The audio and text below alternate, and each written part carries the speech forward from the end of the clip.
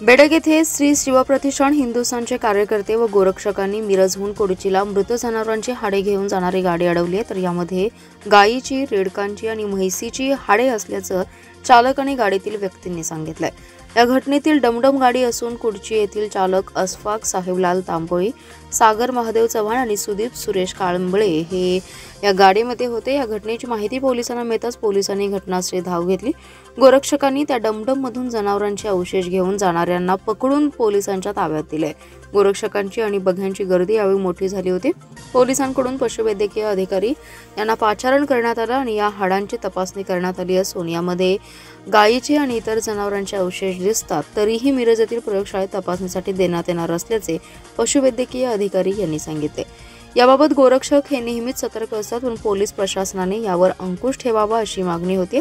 गोरक्षक कायदा असूनही असा कसा प्रकार घडतो याबाबत तीव्र नाराजी श्री शिवप्रतिष्ठान हिंदुस्थानचे कार्यकर्ते दिलीप शेगणे, सत्यजित जाधव, विशाल भोरे आणि सागर पाटील यांनी व्यक्त केली आहे। ही गाडी मिरजवरून येत होती।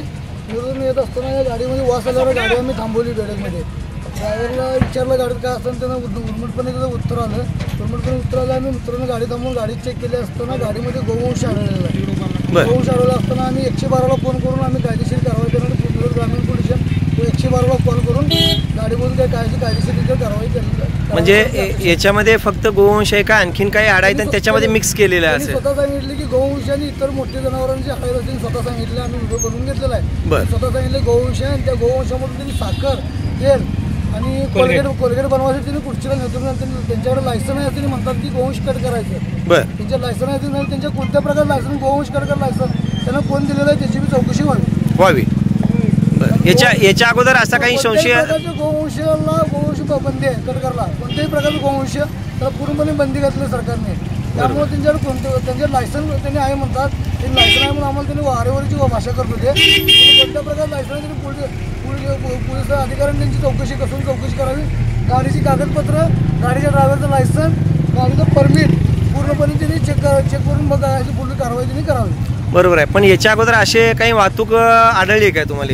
अगोदर भरपूर वेळा वाहतूक आढळली। आम्ही मिरज ग्रामीण पोलीस स्टेशनमध्ये त्याची गाड्या पण पकडून दिलेल्या आहेत। पण याचा काही शहानिशा पुढे झाली का पोलिसांच्याकडून, का पोलीस फक्त बघायची भूमिका घेतात? आम्हाला जो याच्या आधी 2 वेळा झालं तेव्हा पोलिसांनी बऱ्यापैकी आम्हाला सहकार्य केलेलं आहे।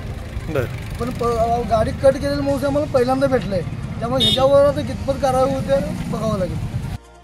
नमस्कार, माझं नाव नेताजी सगर, मी पशुधन पर्यवेक्षक बेडग येथील आज गोवंश तस्करी करताना एक आपलं छोटा पिकअप पोलिसांनी धरण्यात आलेला आहे आणि त्याच्यामध्ये प्रथमदर्शनी असं आढळून येत आहे की गोवंश मोजणी शक्यता आहे। तरी आपल्या याच्यातले काही अवशेष कलेक्ट करून आपल्या मिरज ऑफिसला तपासणीसाठी फॉरेन्सिकला पाठवण्यात येणार आहे आणि ती जी काय पुढील कारवाई असेल ती आमच्या ऑफिसमार्फत केली जाईल।